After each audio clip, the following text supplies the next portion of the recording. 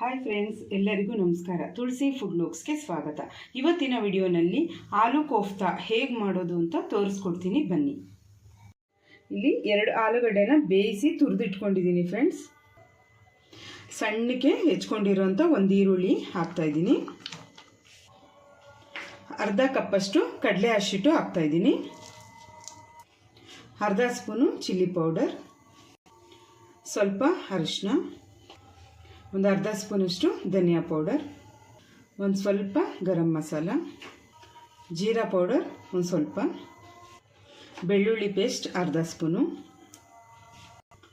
ಶುಂಠಿ ಪೇಸ್ಟ್ ಅರ್ಧ ಸ್ಪೂನು, ಇದು ರುಚಿಗೆ ತಕ್ಕಷ್ಟು ಉಪ್ಪು. ಇಷ್ಟನ್ನು ಚೆನ್ನಾಗಿ ಮಿಕ್ಸ್ ಮಾಡ್ಕೋಬೇಕು. ನೋಡಿ ಫ್ರೆಂಡ್ಸ್, ಉಂಡೆ ಕಟ್ಟುವಾಗ ಸ್ವಲ್ಪ ಕೈಗೆ ಎಣ್ಣೆ ಹಚ್ಕೊಂಡು ಉಂಡೆ ಕಟ್ಟಬೇಕು.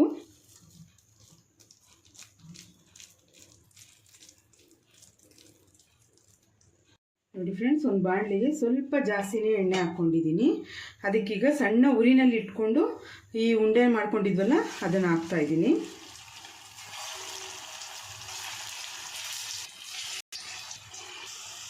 ಇದನ್ನು ಮೆತ್ತಗೆ ಈ ಥರ ಆ ಕಡೆ ಈ ಕಡೆ ಉಳಿಸ್ತಾ ಇರಬೇಕು ಫ್ರೆಂಡ್ಸ್.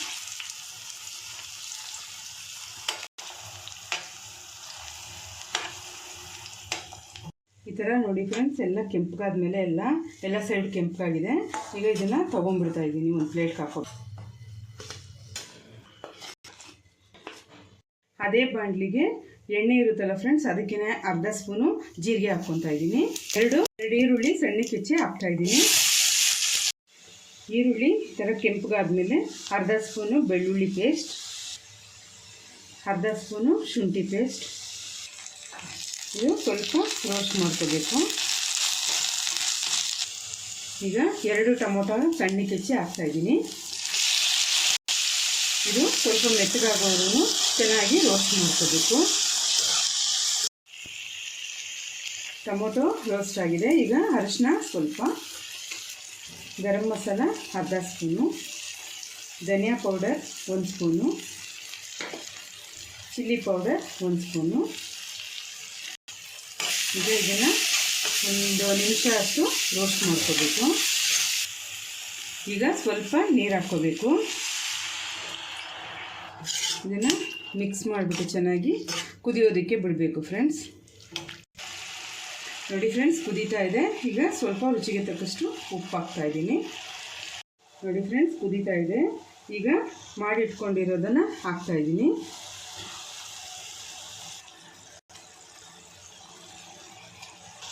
ಉರಿನ ಸಣ್ಣ ಮಾಡಿಟ್ಕೋಬೇಕು ಫ್ರೆಂಡ್ಸ್.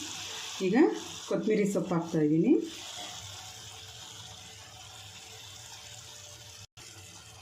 ಈಗ ಇದನ್ನು ಮೆತ್ತಗೆ ಕಲಿಸ್ಕೋಬೇಕು. ನೋಡಿ ಫ್ರೆಂಡ್ಸ್, ಈ ಥರ ಇದು ಹಾಕಿದ್ಮೇಲೆ ಒಂದು ಕುದಿ ಬಂದರೆ ಸಾಕು. ಇದು ಆಗಿದೆ. ಈಗ